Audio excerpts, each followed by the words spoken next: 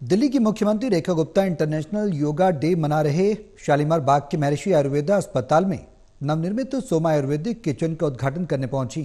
CM रेखा ने उद्घाटन के बाद मंच से लोगों को संबोधित किया और कहा कि 40 साल पुराना वो यूनिट शुरू हुआ था जो खोसला हॉस्पिटल के नाम से। आज भी हमारे क्षेत्र के पुराने लोग उसी नाम से यहां आते हैं।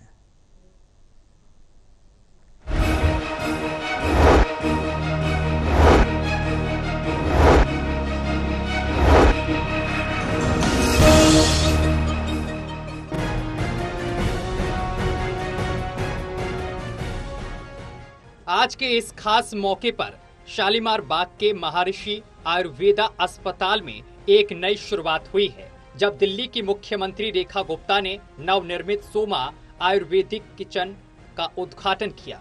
इस मौके पर उन्होंने मंच से अपने संबोधन में कहा कि ये अस्पताल सिर्फ एक चिकित्सा संस्थान नहीं बल्कि एक ऐसा धरोहर है जिसने न सिर्फ भारत बल्कि विदेशों में भी आयुर्वेद को एक नया मुकाम दिया है। आगे रेखा गुप्ता ने कहा है कि यह अस्पताल 40 साल पहले खोसला हॉस्पिटल के नाम से शुरू हुआ था। हमारे इलाके के पुराने लोग आज भी इसी नाम से इसे पहचानते हैं।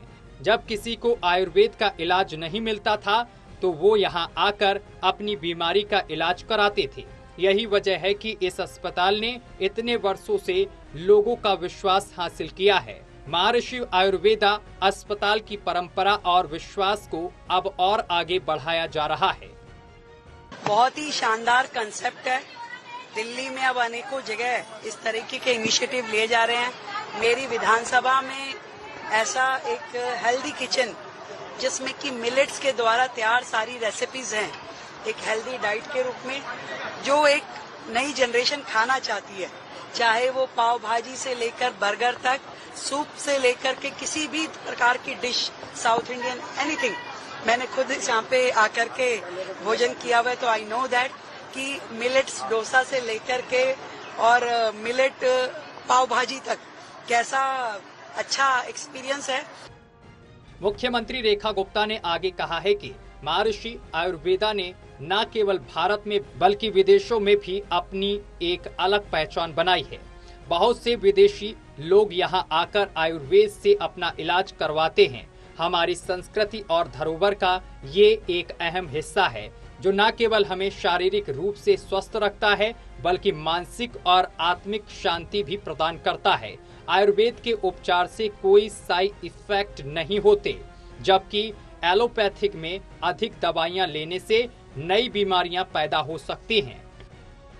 और देश को स्वस्थ रहने के लिए मिलेट्स के साथ जुड़ना, योग का अनुसरण करना और अल्टरनेटिव चिकित्सा पद्धतियों को फॉलो करना, ये सब हमारे लिए एक एसेट है, हमारी सांस्कृतिक धरोहर है, गौरवशाली इतिहास है।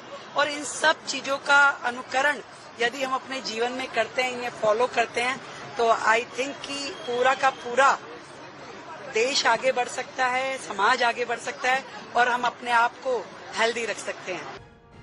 वहीं मुख्यमंत्री रेखा गुप्ता ने आगे आयुर्वेदा के महत्व पर जोर देते हुए कहा है कि इस अस्पताल में आने वाले मरीजों का विश्वास इस संस्थान की ताकत है और इसे आगे बढ़ाने की जिम्मेदारी अब उनकी है।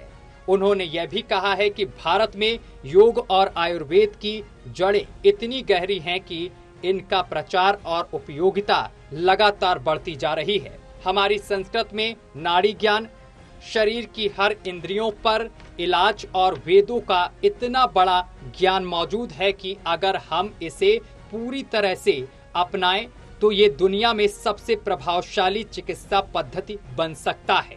बता दें कि 21 जून योग दिवस को लेकर मुख्यमंत्री ने दिल्ली में योग के कार्यक्रम के महत्व को भी रेखांकित किया और बताया कि इस बार दिल्ली सरकार ने 11 स्थानों पर बड़े आयोजन करने की योजना बनाई है।